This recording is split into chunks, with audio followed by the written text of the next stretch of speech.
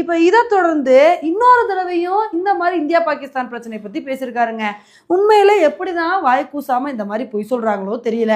இப்போ இதுக்கு தான் இந்தியன் நெட்டிசன்ஸ்லாம் என்ன கிண்டல் பண்ணிட்டு வந்துட்டு இருக்காங்கன்னா, ஏன்பா சும்மா சும்மா இந்தியா பாகிஸ்தான் பிரச்சனையை தீர்த்து வச்சோம்னு சொல்கிறீங்களே, அதான் இந்தியா பாகிஸ்தான் பிரச்சனை முடிவுக்கு வந்துருச்சுல, நீங்கள் தான் பிரச்சனையை தீர்த்து வைக்கிறதுல வல்லவராச்சே, அதனால ரஷ்யா உக்ரைன் பிரச்சனையை வந்து தீர்த்து வைங்க.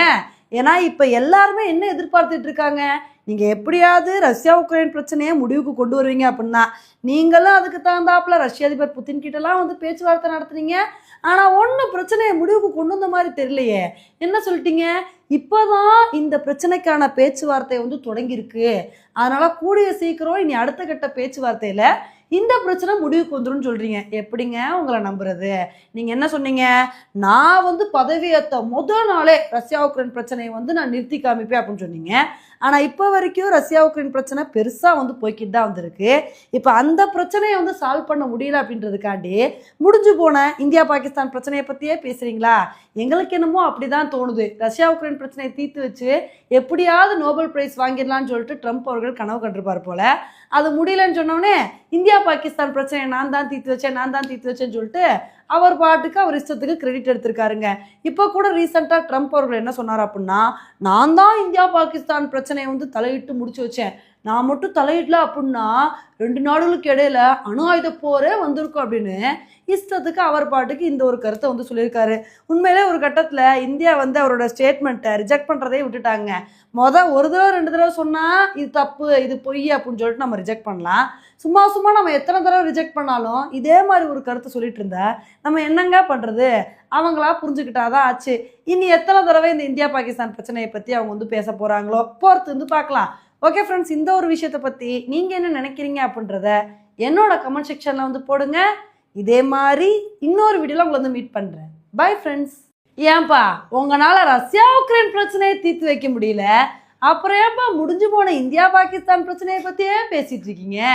இப்படி வந்து நம்ம அமெரிக்கா பார்த்து சொல்கிற மாதிரி தான் இப்போ ஒரு விஷயம் வந்து நடந்திருக்குங்க.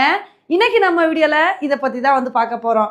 நம்ம எல்லாத்துக்குமே வந்து தெரியும், அமெரிக்க அதிபர் ட்ரம்ப்பு சும்மா இந்தியா பாகிஸ்தான் பிரச்சனையை நான் தான் தீர்த்து வச்சேன்னு சொல்லிட்டு மார்த்தடிட்டு இருந்தார். ஆனால் அவர் சொன்ன எல்லா ஸ்டேட்மெண்ட்டுக்குமே நம்ம இந்தியா வந்து மறுப்பு தெரிவிச்சிட்டாங்க. இப்போ அவர் தான் அப்படி பேசிகிட்டு இருக்காருன்னு பார்த்தா அமெரிக்காவோட ஸ்டேட் செக்ரட்டரி மார்க்கோ ரூபியோவும் இதே மாதிரி ஒரு ஸ்டேட்மெண்ட்டை தாங்க சொல்லிட்டு இருக்காரு. அவர் என்ன வந்து சொல்லிட்டு இருக்காரு அப்படின்னா, உங்கள் எல்லாத்துக்கும் தெரியுமா நாங்கள் இந்தியா பாகிஸ்தான் பிரச்சனையை தீர்த்து வைக்க எவ்வளோ கஷ்டப்பட்டோம் தெரியுமா? நாங்கள் இந்தியா பாகிஸ்தான் பிரச்சனையை தீர்த்து வைக்கிறதுக்காண்டி இந்தியா பாகிஸ்தான் பிரச்சனையை விடாமல் கண்காணிச்சுக்கிட்டே இருந்தோம். நாங்கள் மட்டும் இந்த பிரச்சனையில் தலையிடலை, 2 நாடுகளும் அணு ஆயுதத்தை வந்து யூஸ் பண்ணியிருப்பாங்க. ஆனால் நாங்கள் வந்து இந்த பிரச்சனைக்காண்டி ரொம்பவே கஷ்டப்பட்டோம். இந்த ஒரு பிரச்சனையை விடாமல் கண்காணிச்சுக்கிட்டே இருந்து எப்படியாவது இந்த பிரச்சனைக்கு முடிவு கொண்டு வரணும்னு நினச்சோம். அதனால தான் இந்தியா பாகிஸ்தான் பிரச்சனை முடிவுக்கு வந்துச்சு. ஆனால் இந்த ஒரு விஷயத்த இந்தியா ஏற்க மறுக்கிறாங்க. எப்போ பார்த்தாலும் 3வது நாடு எங்களோட பிரச்சனையில் தலையிடலை, நாங்கள் தான் இந்த பிரச்சனையை முடிச்சு வச்சோன்னு சொல்கிறாங்க. ஆனால் உண்மையிலே இந்தியா பாகிஸ்தான் பிரச்சனையை தீர்த்து வைக்கிறதுக்காண்டி நாங்கள் ரொம்பவே கஷ்டப்பட்டிருக்கோம், அவ்வளோ தூரம் எஃபோர்ட்டை வந்து போட்டிருக்கோம், ராப்பகா நாங்கள் வந்து உழைச்சிருக்கோம் அப்படின்னு சொல்லி மார்க்கோ ரூபியோ இந்த மாதிரி ஒரு ஸ்டேட்மெண்ட்டை வந்து கொடுத்துருக்காருங்க. இவர் இப்போ மட்டும் இல்லைங்க, கொஞ்ச நாளைக்கு முன்னாடியும் இதே மாதிரி ஒரு ஸ்டேட்மெண்ட்டை தான் வந்து கொடுத்தாரு. என்ன வந்து சொன்னார் அப்படின்னா, எங்களோட பிரசிடென்ட் ட்ரம்ப்பை வந்து சாதாரணமாக சொல்லிட முடியாது, அவரை வந்து ஒரு அமைதிக்கான அதிபர் அப்படின்னு தான் வந்து சொல்லணும். ஏன்னா கண்டிப்பாக அவர் பண்ண வேலைக்கு அவருக்கு நோபல் பிரைஸ் கொடுத்தே ஆகணும். ஏன்னா அந்த அளவுக்கு கஷ்டப்பட்டு இந்தியா பாகிஸ்தான் பிரச்சனையை வந்து தீர்த்து வச்சாரு.